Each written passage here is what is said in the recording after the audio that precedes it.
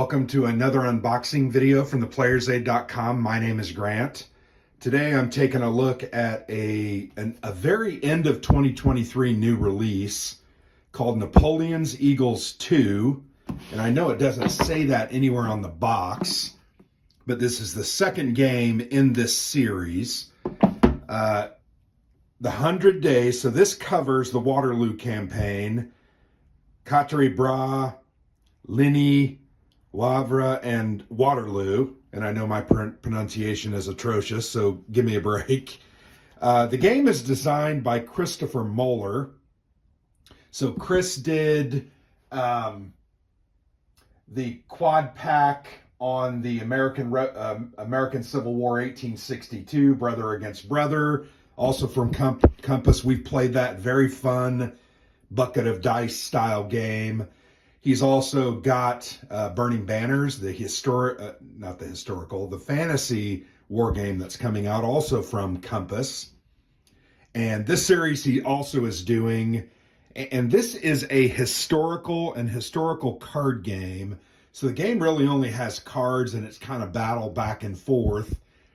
But I thought it looked interesting. I took a chance on it, ordered it. I think the price was like $40. So I went ahead and bought it. So the back of the box here, you can see examples of the cards. We'll take a look at those. There are 200 cards. They actually have really great period art on them. I think the graphic layout is nice. They're pretty looking cards. Fairly simple game, medium complexity, it says. Number of players is 2, so I don't think there's a solitaire option. But it does say solitaire suitability is medium, so you can just, I guess, two-hand it and play against yourselves. Average time to play the game is 30 to 90 minutes for a battle and up to 4 hours for an entire campaign. One thing about Chris is he does the art. Now, doesn't appear to be a lot of original art here. Some of these are borrowed, but some of them are original. He has done that art, and he's pretty good at it, frankly. The game will have 65 battle cards, 25 info cards, 104 then playing cards. There's a couple of play aid charts, and then the rule book. So not a lot. I'm not really sure why they decided to put it in this 2-inch box. I think they could have done it in a 1-inch box. That would have been good for me because that would have saved shelf space, but beggars can't be choosers, right? Don't complain. So the first thing you see here is when you open it up, there are 5 packs of cards. Let's go ahead and I'm not an expert on the game. Usually I do a lot more research on these before I do unboxings. This one, I just took the opportunity to kind of unbox it. One, I want to get it ready to play. And 2, I think it does look pretty unique and interesting. So here's a look. I think these are battle cards, so these may be the leaders that you have. Not sure if they sit out on the side, but you can see they have different abilities: leadership, initiative, aces up, and then there's this number 2 there. You can see artwork by Sir Thomas Lawrence. So obviously it's going to borrow some of these historical pictures where possible, and then I think Chris probably drew some of the others. Here they appear to be locations with strength numbers in the upper right. Once again, here's another leader. This is the Earl of Uxbridge. Another leader there, and then some other additional locations. I think that there are unit cards. I know I've seen them in what I've looked into. So here's an example of a unit card. The 9th and 10th Brigades, strength of a 9. You can tell they're infantry, but they do have artillery support. And then here in the bottom, manpower, initiative, and aces up. They don't have values in those. But then here you can see another one does, where they have a +1. So fairly nice looking cards, but you're going to kind of play these against each other. There's Marshal Ney, so there's a French leader. There's Napoleon and Marshal Grouchy. So yeah, really nice looking cards. There's a bunch of these. And then there are different types of cards. So let's go ahead. I think these are called maybe these are called the battle cards.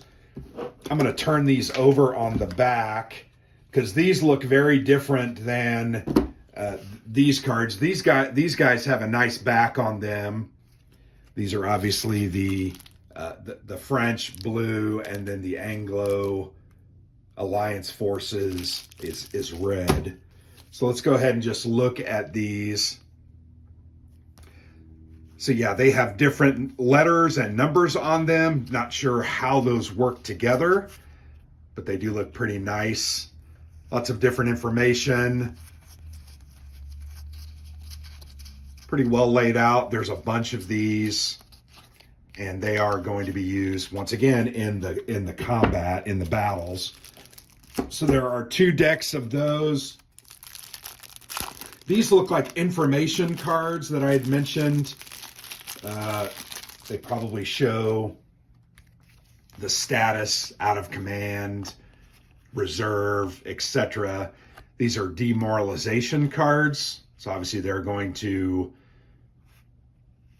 take hits and become demoralized. These are turn cards, different types of combat, flanking, once again, demoralization, then frontline.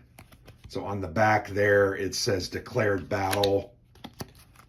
So yeah, these are pretty cool. I'm very interested in this system and how it works because it looks kind of fun.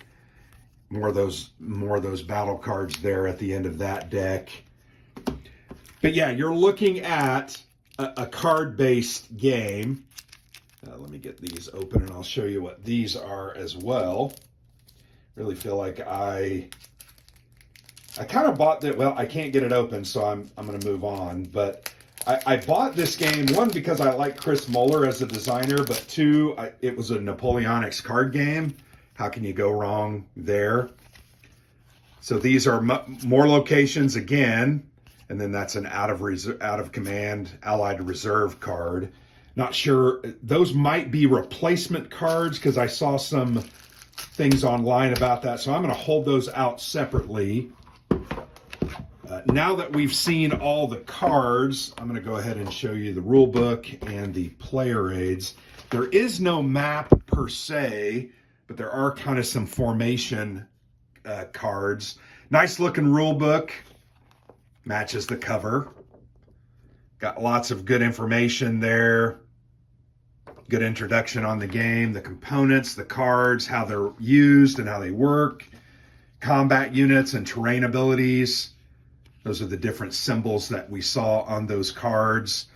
And then the information cards that I showed you.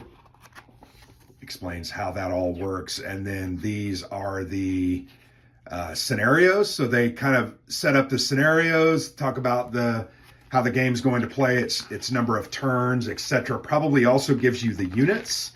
And then here you're going to see some of those setups. Yeah, don't really know much about this. Looks pretty simple. Here is the full sequence of play on the back. That's always a good thing because you can play the game and then refer to that. This is a double-sided play aid. You can see here it talks about Waterloo specifically. So this is the way those formations are going to be lined up. Coalition French player and coalition player here. It's hard to tell what's top and bottom because this is a shared card in between. So once again, no traditional board. But these are special abilities of the different unit cards, infantry, artillery, and cavalry units. How orders work, just another simple play aid. And then these are OOBs with, once again, there's Wavre, sorry. And then this one is probably associated with that battle. But once again, the abilities, so those are 2 of the player aids right there. But yeah, nice looking graphic design. Really like the look of the cards. I think this game will be fun. It'll be light. And as you can see, it was based on scenarios. And you kind of play through those. You can play a campaign or you can just play individual scenarios. So there you have it. that's my look, and you can see I've got a game off to the side, Global War from White Dog. But anyway, Napoleon's Eagles 2, the 100 Days, cool looking combat card game. Very interested. I think this is a light war game that I'm intrigued by. That's why I bought it. So thanks for watching. I've been Grant for the Player's Aid.